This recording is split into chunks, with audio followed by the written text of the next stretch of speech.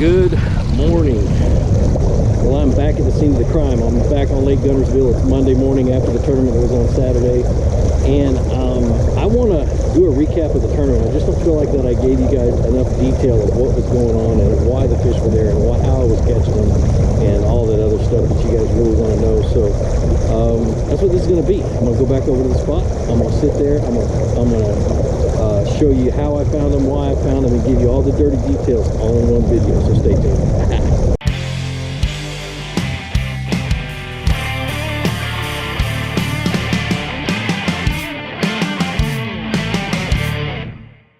All right, so anytime I'm looking for fish in a large body of water, or any body of water, I look for a topo map. I want to see if it has, and I know they're not called topo maps for all you guys who want to jump down my throat, but a lake map, something with contour lines. And I grew up learning how to read a topo map, and so it's very, very critical to me to have a good mapping deal on my fish finder. This new element from Raymarine is awesome. That's all I gotta say. We're gonna just kind of go through how I used it to find these fish, because they were deep. But first of all, let's start off with map study. I spent 2 weeks running around on my big boat looking for the area of lake that I wanted to fish, and to be honest with you, I really think it was a waste of time. This is the area of the lake that is the closest to my house, and I tend to put in here more and fish more, although this creek, I think I've only fished it twice. So I came up in here last summer and I went to the back of this pocket right here and I found matted grass and I threw a frog and I caught a bunch of fish without moving the boat. And so I knew there was a lot of fish in this creek. I knew that it was a good creek to fish, but I really didn't pay much attention to it until it came time to decide where I wanted to fish for the tournament. I was in Anderson, South Carolina. I had 2 days prior to the tournament to pre-fish, so I came down here, put into the creek south of here, middled around a little bit and decided I didn't like it. Came up here to this creek and went all the way to the back and went looking for lily pads. And that was the bite. That was the one that I had found out in the creek before, is I needed to find some good clean lily pads up shallow, and they didn't have to be too close together. They just needed to be clean, and there was a bunch of fish in them. So I went and middled around there most of the day and caught or hooked, got a lot of bites. I shook off a lot of fish, but that was my primary pattern, and that was day 1 of the videos that I just put out. And so after I shut all the cameras down and put them away, I said, you know what, I'm gonna go look deep. I'm just gonna screw around. I really didn't expect to find anything, and so I jumped on my map, and I'm gonna show you guys what I did with my map to figure this stuff out. So here's a map of the creek itself, and I came around, and I probably should have cleaned this map up a little bit before I did this, but I came around and there's this big giant bay. Okay, here's the boat ramp, and there's a big giant spawning area. This is all shallow. Notice how Navionics didn't map up in here. It means it's really shallow, less than 6 feet deep, and they're scared to go up in that less than 6 feet because they'll beat up their expensive map making stuff. So anyway, so here's that big bay, and there's a ton of fish. We're right in the middle of the spawn. Most of the bass have spawned and are moving out, but a lot of them are moving in, and a lot of them are spawning. So we're right in the middle of it. And so I had this big old bay, and I played around in here, and I caught 2 nice ones. Let me see if I can show you. I caught 2 nice ones right up in here, and a couple of small ones. You can see right here where I've marked that. And I'm sorry if there's flutter in this screen, but so I kind of played around with that, but then I said, you know what, this is a big spawning bay. I'm going to move out here to the mouth. Now 2 weeks ago, about 15 miles south of here, my son and I had a whole lot of fun catching fish deep on a lipless crankbait on eelgrass, and I came out here to the mouth of this creek, and I'm going to zoom in a little bit more, and I'm going to toggle over from where I'm sitting right now, and right here I found a patch of eelgrass. Okay, and I caught a fish, and that's the fish that I caught in practice. And I cast in there, I caught another fish, and I caught another fish sitting in the same spot. And so, and they were pretty good quality fish, and so I stopped, I marked it, and then I went to work. All right, so then what I did is, you can see these trail lines of mine in blue. I zigzagged and I played around, and I went back and forth, and I mean, you can see all over the place. I was all over the map zigzagging, and what I was doing is I was looking for those beds of eelgrass, and I'll show you what they look like on the fish finder here in just a second. But I was looking for them, and I marked the ends of each of them. So this is a line of eelgrass, and they were growing in a straight line, and they were kind of scattered around, but they were just clumps of them. So I marked both sides of them. That's one clump, that's one clump, that's one clump, that's one clump, and I just literally just marked the snot out of these patches. And I noticed that there was more fish around this one and this one than any of the other ones, and let me explain why. These fish were moving in and out of this spawning bay. The eelgrass was beautiful, green, fresh. It had bait fish in it. It was the first thing they came in contact with as they were moving in and out, or first or last thing before, as they were moving in and out of the spawning bay. And that was the key spot. That was the juice. Now I was smacking fish all along all of those grass patches, but it seemed to be there was more of them right there. And so I left that alone. I decided that was going to be my primary pattern, and I went to day 2 of practice. So I decided that was my primary pattern, and quickly the lily pad bite became my secondary pattern, my fallback pattern if the fish perhaps moved from this spot, and that moved me on to day 2. All right, so practice day 2. I spent the whole entire day. It was super windy. I spent the whole day mapping more of this grass, or not the whole day, but a lot of the day. And I also went looking for another pattern, or looking for another area like that. And to be honest, I didn't find any. There's a ton of eelgrass in this creek, a lot of it, but I didn't find anything that was like that. It was funneling the fish and everything else. So that's when I decided that was it. I got off the lake and I went home. Actually, I went and I called Chad. I said, "Hey, Chad, can I crash on the couch of the house you're renting?" And he let me crash, so I didn't have to drive home. But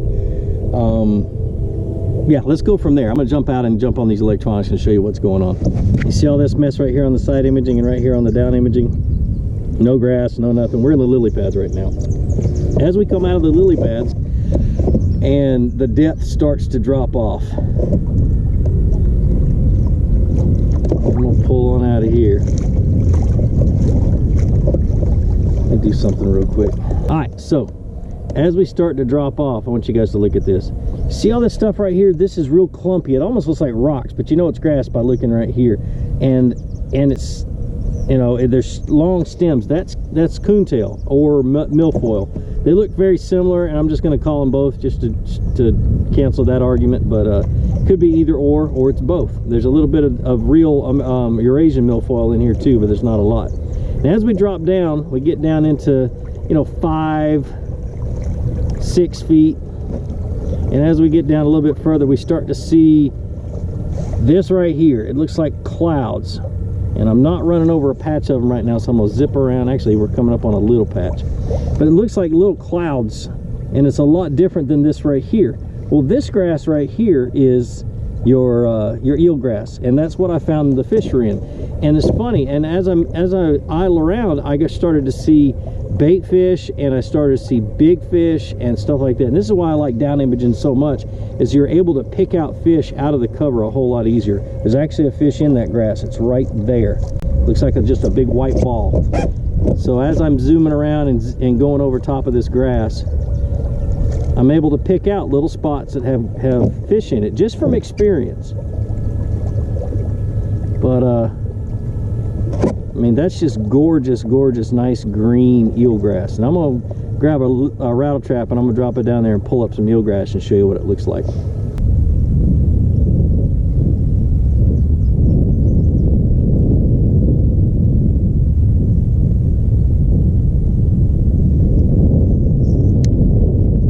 So this is eelgrass.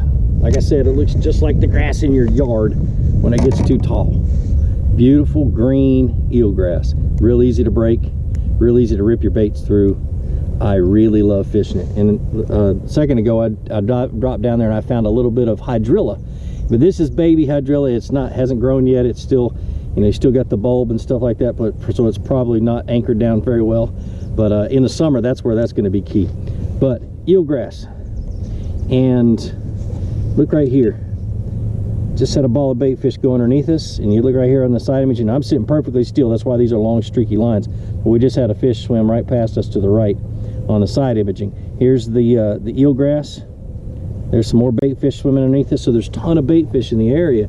And so this is what really cued me in. And as I started seeing more and more of this little these little patches of fish swimming past the boat as I'm sitting still, I'm like, I'm in a spot. I'm in a good spot.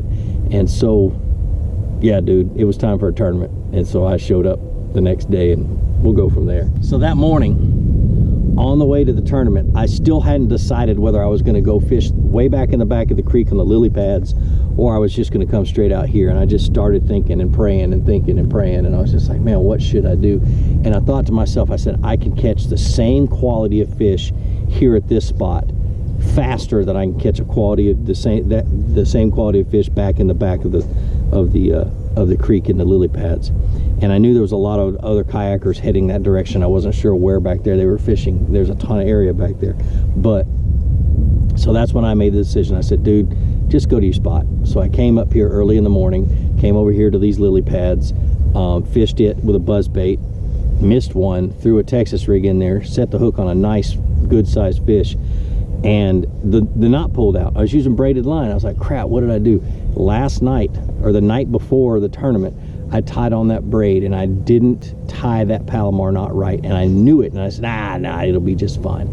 It wasn't just fine. So if you guys are ever tying a knot and you say to yourself, it'll be fine, don't. Cut that son of a gun off and retie it. I learned that the hard way, and that started my day off bad. First couple hours I hadn't caught anything. I kind of milled around. I went over to another area over here just playing around. Witnessed a bass boat come into a spot and catch 2 good ones. I'm like, crap, I suck. So finally I said, you know what, forget it, I'm going out to my spot. And I came out here and I anchored down and proceeded to catch them. And the first thing I caught them on was a mojo rig. I've won a lot of tournaments on a mojo rig, and it's just a version of what's called a split shot rig. And I've got an old ancient video, gosh, I've been doing this a long time, an ancient video of the mojo rig and how to fish it, and it's exactly how I was fishing it. It is a little weight that's pegged about 6 inches above the hook, and it's a 1/0 or a 2/0 EWG or a worm hook, it doesn't matter, but all I had was an EWG in a thin wire. 8 pound Seagar Finesse fluorocarbon tied to this is the new Seagar high vis, and I never can remember what the color, but anyway, it's a green. It's like the freaking as bright as those the green rods that I use from 13. These things right here. So but a high vis green line, which I love for finesse stuff, and I made one cast and I caught one fish, and it was a keeper. And I made another cast and I caught another fish, and it was a keeper. Ooh, here's a school of fish. Hold on a second, guys, let me turn this on. School of fish going right underneath the boat right here. Not sure what they are. They could be white bass, but they sure look like they'd be largemouth, at least sitting in this area. So anyway, so made another cast and caught another fish, and it just started from there, and I killed them. I caught 54 fish that day, and I'm going to talk about how I did that. Let's go through the mojo rig first, and then we're going to go to the other baits that I used. Man, it was fun. A mojo rig is basically a Finesse Carolina rig, is what it is. It shines when you're trying to drag it on grass, trying to fish grass, because it lays on top of that grass. It doesn't bury itself in. This is a 1/16 ounce lure body weight. I mold them using the Do It molds. Nobody makes them. It's the body mold for basically an inline spinner or a rooster tail, and I use them because they come through the grass better than a split shot, and they come through the grass better than the production mojo weights. And I always have some in the box with me, always. Now, boy, this trick worm is all freaking chewed up. I caught a bunch of fish on it the other day, but I peg it using a Peggit little black rubber peg is what they're called, but they're called Peggits, and you can get them at Academy Sports. That's where I buy mine. 6-inch leader tied with a improved clinch knot, And then you just Texas rig your worm. You know, you got a little trick worm here, and I like to keep the nose pointed because it's going to be coming through grass. A lot of times it really doesn't matter, but when you're coming through thick grass, it really does. So, but Texas rig it, and you're ready to go. I fish it on a medium spinning rod or a medium light action spinning rod, but the medium light action spinning rod, it works better in a boat because you got all that weight from the boat for the hook set. You lose a little bit of power on your hook set when you're fishing from a kayak, so I always when I'm finessing and stuff like that, I usually bump up one power for my rod. Anyway, so you got the patches out here, and I'm not sure where I'm sitting and where there's one, but I'm gonna throw it out here anyway. Throw it out as far as you can. Slowly let it sink to the bottom. Okay, and it gets on the bottom pretty quick in 7 feet of water. And then you just slowly drag it, and you try to feel for that grass. And you try to feel for that grass, and you just drag it along. Like I said, I'm not sure, and I'll stop and actually try to catch fish here in just a second. But you drag it, and when you feel that grass, you just kind of slow down a little bit. And I did this when the wind had laid down. The conditions were it was going to be slick calm all day, but the wind would pick up a little bit towards the afternoon, and things changed quite a bit. But in the morning it was slick calm, and so I used this because there was no action. The fish would get a really good look at stuff. Now I'm coming through the grass right now. Is this guy really going to pull up on me while I'm videoing? But anyway, so I'm dragging through the grass, and then when you feel a bite, typically they will swallow it pretty quick. So when you feel a bite, reel down real quick, and then set the hook to the side is what you do, or set the hook whatever to either one of the sides, and you'll get a more positive hook set. If you don't feel the bite, which I did a few times, that fish will take it to the gut, and you really got to know how to get the hook out of a fish's mouth. And if I accidentally do one today, I'll definitely show it in this video. But you just kind of drag it along, and that's all it is. You know, make another cast, kind of fan cast around is kind of what I did. Now, as the wind picked up, I grabbed a lipless crankbait, and through my experience fishing with my son a few weeks ago down south of here, found out that this was the color. It was I think it's called a chrome shad, Bill Lewis rattle trap is what it is. Just a regular standard old school rattle trap. And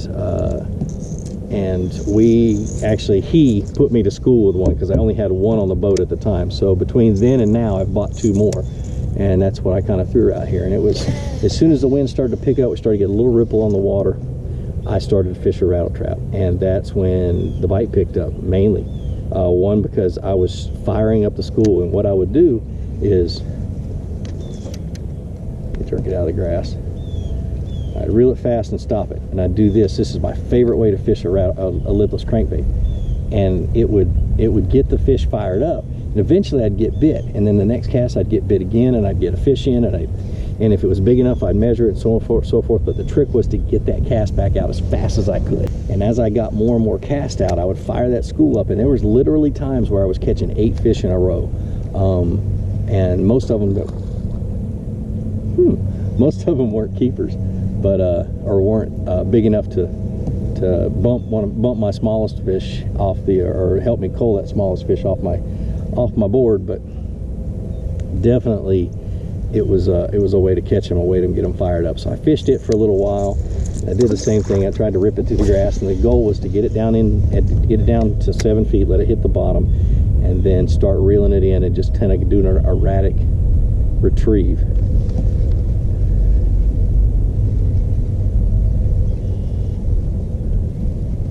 And I don't count the turns of my handle or anything else. I just kind of do it, you know.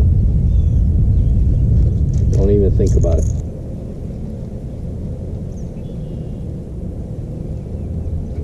There's one right there. Right off the edge of my hot spot. That's a big one. Well, I could have used you on Saturday.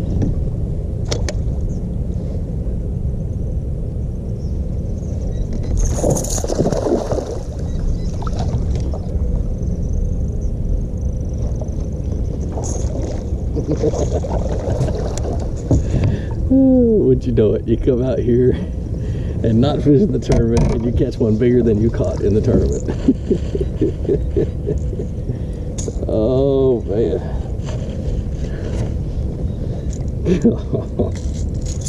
Right on the spot. Right on the juice. Look at that son of a gun. See how long he was. And I could have used you on Saturday, bro. Where were you? And she goes, oh, I was out spawning. I was making babies. Alright, I want you to look at this. Look at all the bass on the bottom. That followed my bait out an hour under my boat. Isn't that crazy? Just nuts.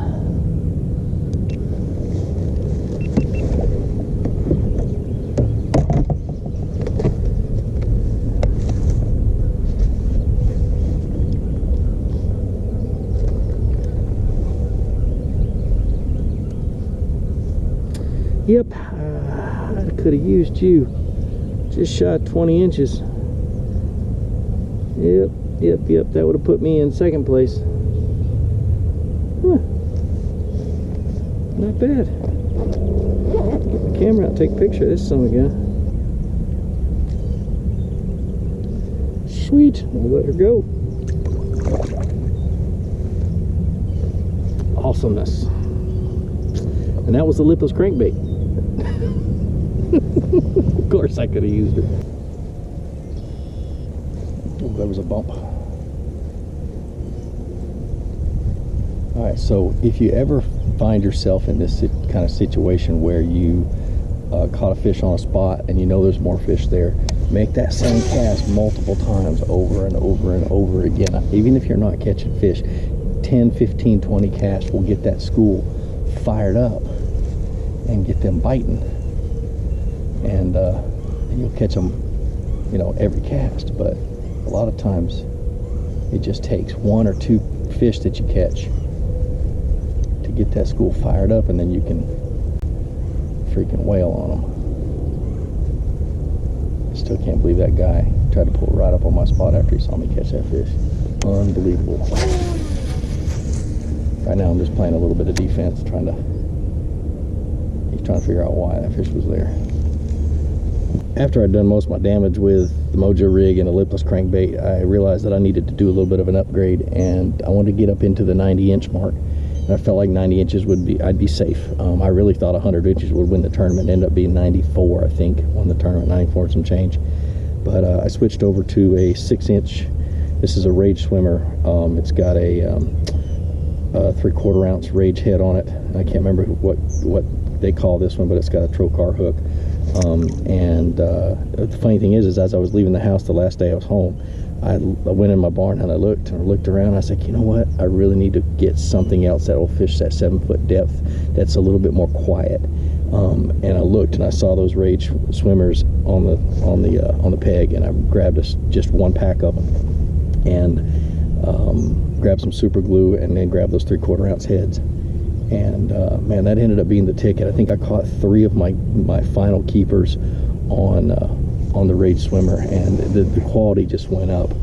My biggest one still came on the Mojo rig, but the 3 of the other 4 came on the Rage swimmer, and it was just a matter of, it worked when it was slick and it was a moving bait, so I was able to fish it faster, and it got the fish fired up, and I was able to catch them, and it was just an all-around. I mean, it was better when the wind was blowing, but it was an all-around amazing, just an amazing. I think I just took a picture of me for some reason, but it was just an amazing bite, and so absolutely cool. I'm gonna sit here all day and fish these fish, see how many I can catch. Now, the way I was fishing this paddle tail was I put it on this is 20-pound test fluorocarbon. I put it on what is it, 8:1:1? Yep, 8:1:1 gear ratio reel, and this is a 7'4" medium heavy, basically a jig rod. And I was just casting it out, letting it sink to the bottom, and I was slowly reeling back in, trying to hit that grass just as little as possible, but I wanted to be able to touch that grass.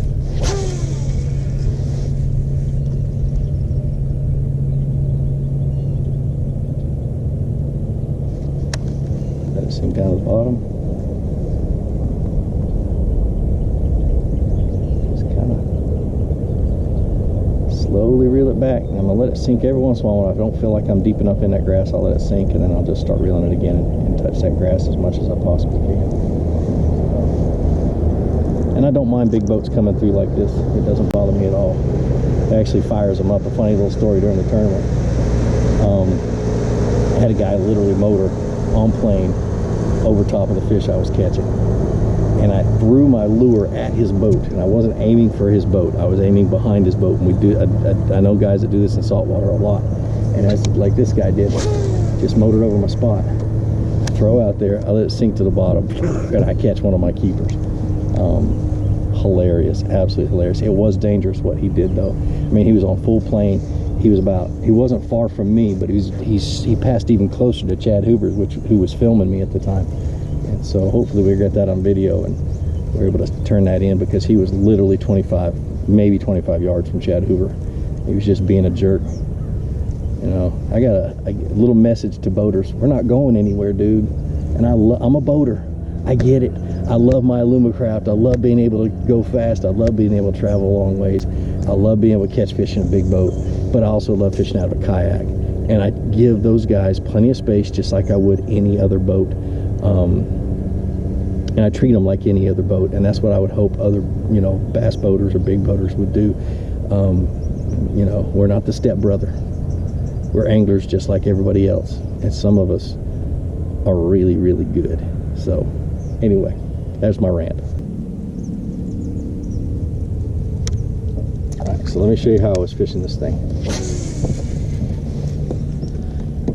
Throw it out there, let it drop to the bottom. I'm gonna give you a lot more detail on this one. Now this guy's further away and he can't hear me, but let it drop down to the bottom, and I start reeling. And if I feel the grass, I jerk my rod up just a little bit, and I just hold it a little bit higher. Try to keep a decent speed, and if I bump that grass again, I'm gonna speed up a little bit. I want it to swim just over top of the grass. Is all I want it to do. Really, just keep swimming over the grass. Make a few casts, sink down to the bottom.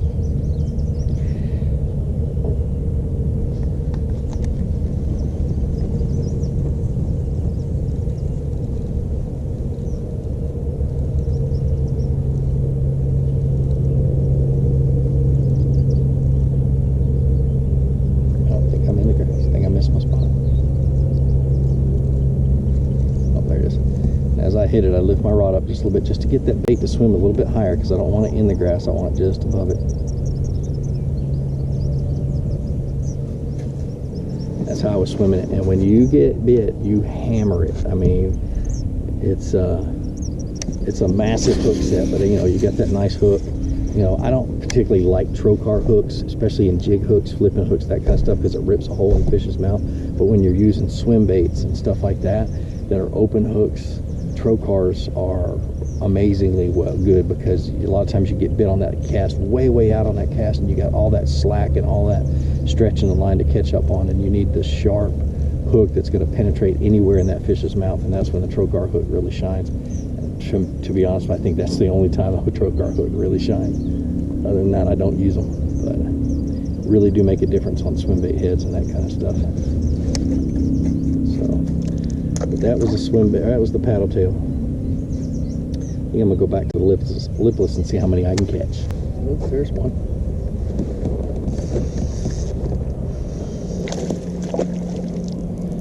Not a bad one.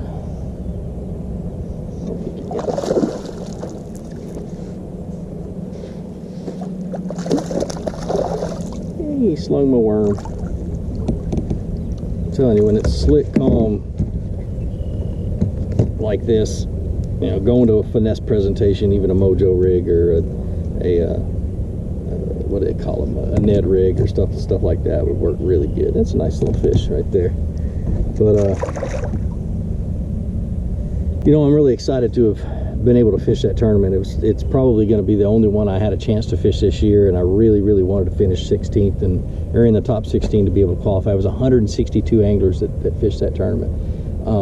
To finish third is a blessing. But like I said, my main goal was just to qualify. The national championship will be next March right here on Guntersville,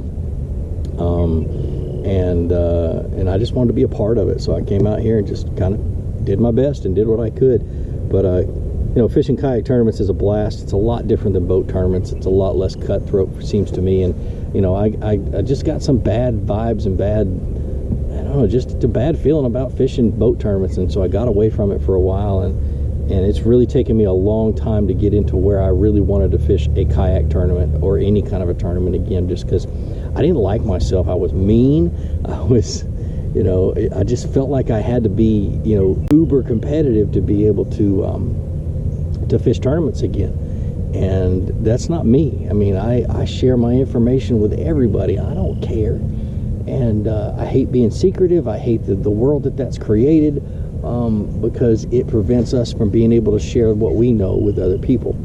And I wasn't very happy with that. So that's kind of why I got away from boat tournaments, or boat tournaments in general. This was a little bit different. I mean, towards the end of my tournament, at the end of the day, we had an angler that he was kind of struggling. He came a little close, and I heard him say, well, I just need one more fish, and I invited him over and let him fish my spot, and he caught a couple, you know, to kind of bump up his his length a little bit, and it was pretty nice. So it was fun to watch him come in and just have a whole lot of fun, you know. And I would have done that with anybody, and that's kind of what I like to do and what I like to see. You know, I like to see the good in people, and I wasn't seeing a whole lot of that in boat tournaments. So anyway, but I love my Alumacraft. I love boat fishing. I love kayak fishing, and you know, like I said, the next tournament I fish will probably be the national championship. Oh nope, I lied to you. I want to fish the 2 Pro Frog tournaments right here on Guntersville this year, just for fun though, just because I enjoy doing it. But I hope you guys like this video, and like I said, be sure to introduce somebody to fishing, introduce them to my channel. Let me help you teach them how to fish. More importantly, get out on the water, go out and catch some fish, and have a great day. We'll see you.